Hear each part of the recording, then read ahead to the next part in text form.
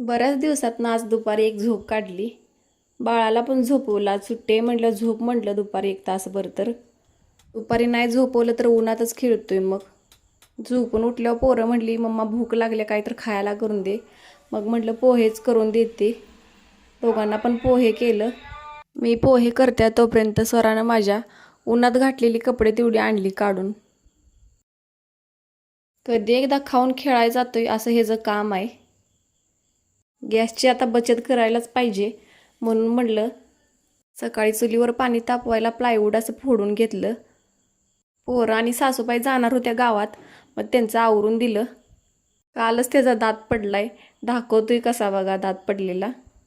देवाला आरती अगरबत्ती लावून घेतली, धूप लावली आणि बाकीची पण किरकोळ कामं होती ती पण करून घेतली. स्वयंपाक काही जास्त करायचा नव्हता, दोघांचाच करायचा होता म्हणून म्हटलं स्वयंपाक पण पटपट करून घ्यायचा. स्वयंपाक झाल्यावर म्हटलं TV बघत बसायचं. बाजार असल्यामुळं काही TV पण कधी बघायला मिळत नाही. मग आज निवांत वेळ होता म्हटलं एखादी तर सिरियल बघावीच आज. मग बसले TV बघत. व्हिडिओ आवडल्यास लाईक करा, चॅनेलला सबस्क्राईब करा. भेटू नेक्स्ट ब्लॉगमध्ये. तोपर्यंत बाय.